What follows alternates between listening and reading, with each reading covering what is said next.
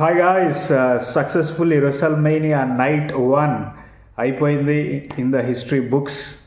So new champions, ముగ్గురు కొత్త champions రావడం అయితే జరిగింది రెసల్మేనియా నైట్ 1లో. అంతేకాకుండా కౌంట్ డౌన్ షోలో ఒక బ్రేకింగ్ న్యూస్ అయితే ఇచ్చేసిండు triple A Lucha Libre wrestling promotion అయితే డబ్ల్యూడబ్ల్యూఈ కొన్నది. సో ఇప్పుడు triple A Lucha Libre promotion completely WWE సొంతం అని అయితే చెప్పుకోవచ్చు. WWE and Lucha Libre NXT June 7న కలిసి వరల్డ్స్ కొలైడ్ అనే ఈవెంట్ అయితే చేస్తారు. సో ట్రిపుల్ ఏ వాళ్ళందరూ ఎగ్జిక్యూటివ్స్ రావడం అయితే జరిగింది. అంతేకాకుండా మెక్సికన్ రెజ్లర్స్తోని ఈ అనౌన్స్మెంట్ అయితే చేసిండు triple H and Michael coal. So triple ఏలో ఒక ఛాంపియన్ అయితే డబ్ల్యూడబ్ల్యూఈ వాళ్ళందరికీ తెలుసు.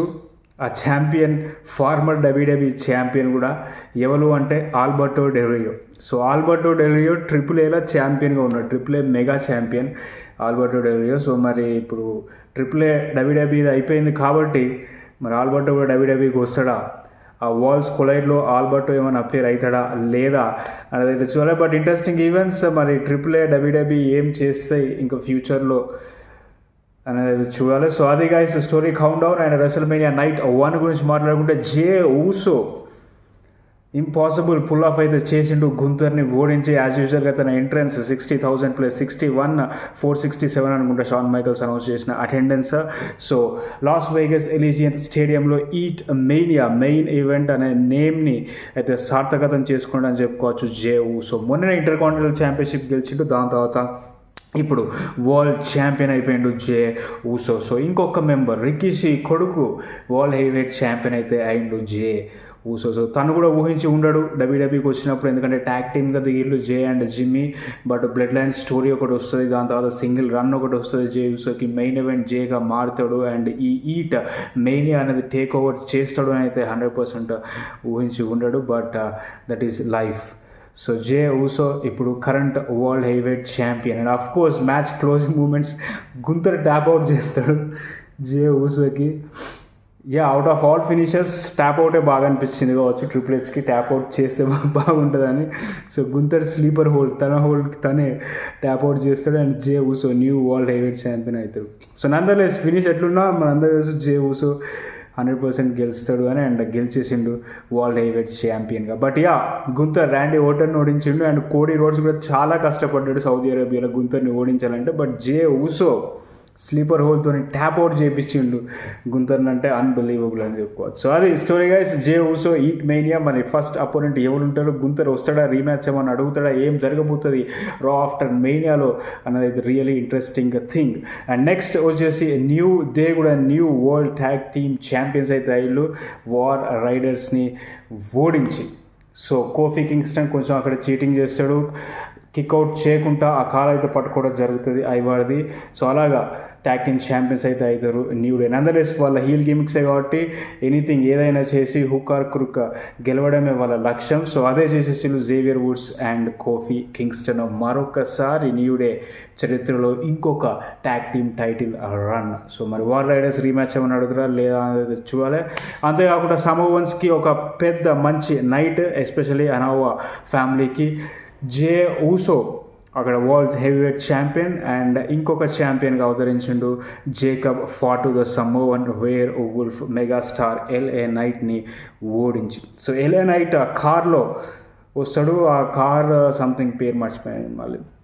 సో అది కార్లో ఎంట్రన్స్ ఇస్తాడు, చాలా stylish entrance. But very good match అయితే బాగుంది. Jacob Fatu and LA Knight BFT connect చేస్తాడు out of mid air LA Knight. దాని తర్వాత బ్యాక్ టు బ్యాక్ మైటీ మూన్సల్స్తో అయితే Jacob Fatu new United States champion అవడం అయితే జరుగుతుంది. సో జేకబ్ ఫాటు తన మూమెంటం అయితే కంటిన్యూ చేస్తాడు 100% ఇక్కడ నుంచి.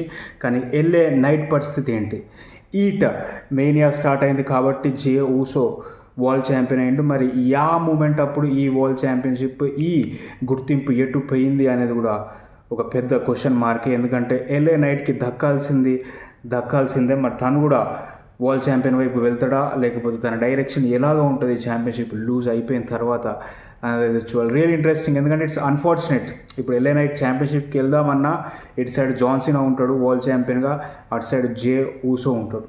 సో నాకు తెలిసి జాన్సీనాకి కానీ జే ఊసోకి కానీ ఎల్ఏ నైట్ నెక్స్ట్ కాంపిటీటర్ అయ్యే ఛాన్స్ అయితే లేదు. బట్ జేకబ్ ఫార్ట్తోనే యునైటెడ్ స్టేట్స్ ఛాంపియన్షిప్ రీమ్యాచ్ ఏమైనా ఉంటుందా లేదా అనేది చూడాలి. బట్ మళ్ళీ ఆ మూమెంట్ హై ఎప్పుడు వస్తుంది, ఎల్ఏ నైట్ వరల్డ్ ఛాంపియన్ అవుతాడా అసలు లేదా, మూమెంట్ పీక్లో ఉన్నప్పుడు మనకు కొంచెం హోప్ అయితే ఉంటుండే పాసిబుల్లీ అవుతాడు కావచ్చు. Roman Reigns versus LA Knight match కూడా జరిగింది యూనివర్సల్ ఛాంపియన్షిప్కి ఆ టైంలో, కానీ ఎల్ఏ నైట్ చాలా క్లోజ్గా వచ్చి ఓడిపోవడం అయితే జరిగింది. బట్ దాని తర్వాత మరొకసారి ఒక మేజర్ టైటిల్కి అయితే ఎల్ఏ నైట్ వెళ్ళలేదు.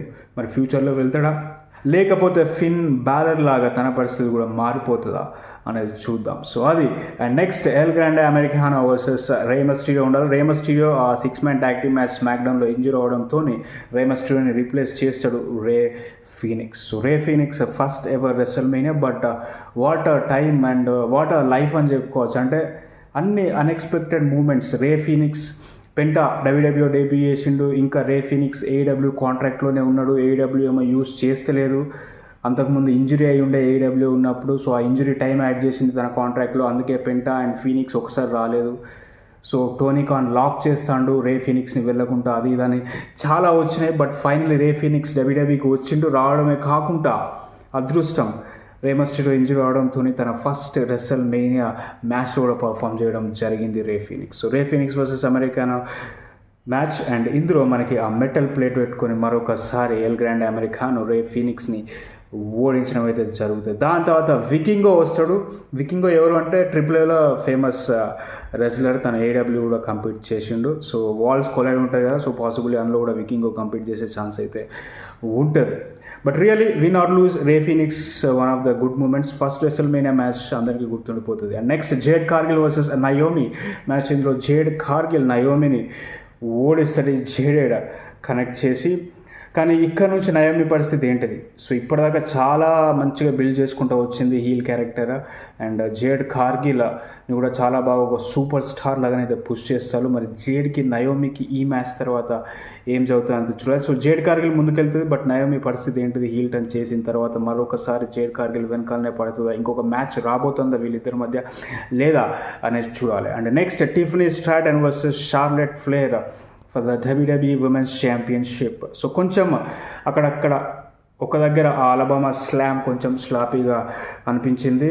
But natural selection Charlotte Flair చాలా బాగా కనెక్ట్ చేసింది, టిఫనీ కిక్అవుట్ చేస్తుంది. అండ్ ఫైనల్ ప్రిటియస్ట్ మూన్సెల్తో టిఫనీ స్టార్ట్ని అయితే రిటైన్ చేసుకుంటుంది. అంతేకాకుండా టిఫనీ పన్ను చిన్నగా విరిగిపోయింది అన్నట్టుగా సోషల్ మీడియాలో సర్క్యులేట్ అవుతుంది. హార్డ్ ఫాట్ మ్యాచ్ టిఫనీకి. అండ్ అంతేకాకుండా ఇది జస్ట్ తన బిగినింగ్ అని చెప్పుకోవచ్చు. 25 years of age, first WrestleMania match, అది ఛాంపియన్గా దిగింది. అండ్ వెటరన్ షార్లెట్ ఫ్లేర్ని ఓడించిందంటే మైకల్ కోల్ కామెంటరీ టేబుల్ మీద చెప్పినట్టు షార్లెట్ ఫ్లేర్కి ఎలాంటి ఒక కెరియర్ అయితే ఉండిందో టిఫనీ స్ట్రాటన్కి కూడా లాంగ్ టర్మ్లో అదే కెరియర్ ఉండే అవకాశాలు అయితే ఉన్నాయి.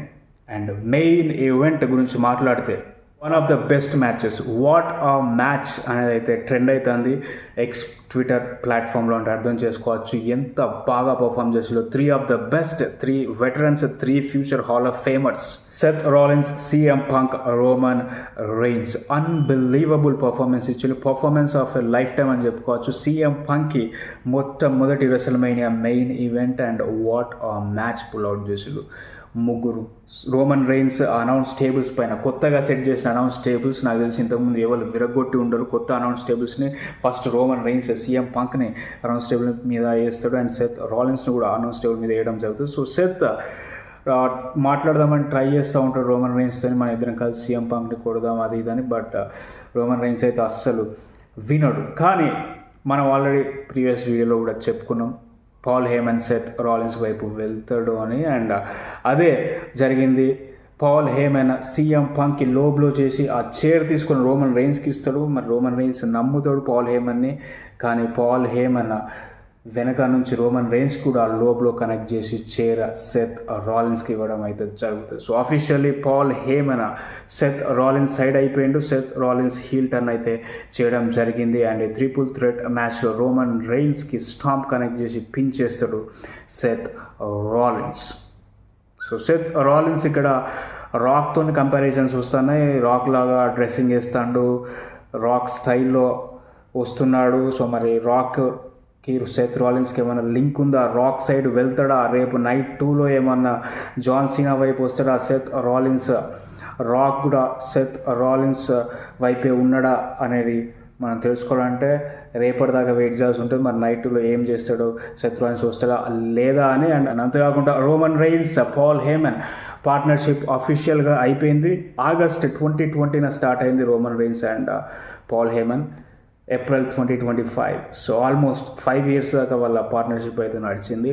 అండ్ ఫైనలీ సెత్ రాలిన్స్ తోని కలవడంతో అదైతే బ్రేక్ అయిపోయింది. ఇంకా no more wise man for the tribal chief. మరి రోమన్ రైన్స్ ఈ బిట్రయల్ నుంచి ఎలా కోలుకుంటాడు అండ్ సీఎం పంక్ కూడా మోసం చేసిండు పాల్ హేమన్. మరి సీఎం పంక్ ఎలాగా దీన్ని కౌంటర్ చేస్తాడు అనేది అయితే చూడాలి. So real interesting turn of events. Paul Heyman Seth Rollins complete pure హీల్స్గా మారింది. మరి ఈ హీల్స్ ఫైనల్ బాస్ రాక్తోనే అలైన్ కాబోతాలా లేదా అనేది తెలుసుకోవాలి. సో నైట్ 1 రెసల్మేనియా నిన్న మనం ఏమేం ప్రిడిక్ట్ చేసినామో ప్రిడిక్షన్ వీడియోస్లో ఒక్కటి కూడా తప్పు అవ్వలేదు, అన్నీ అవే రిజల్ట్స్ అయితే వచ్చినాయి.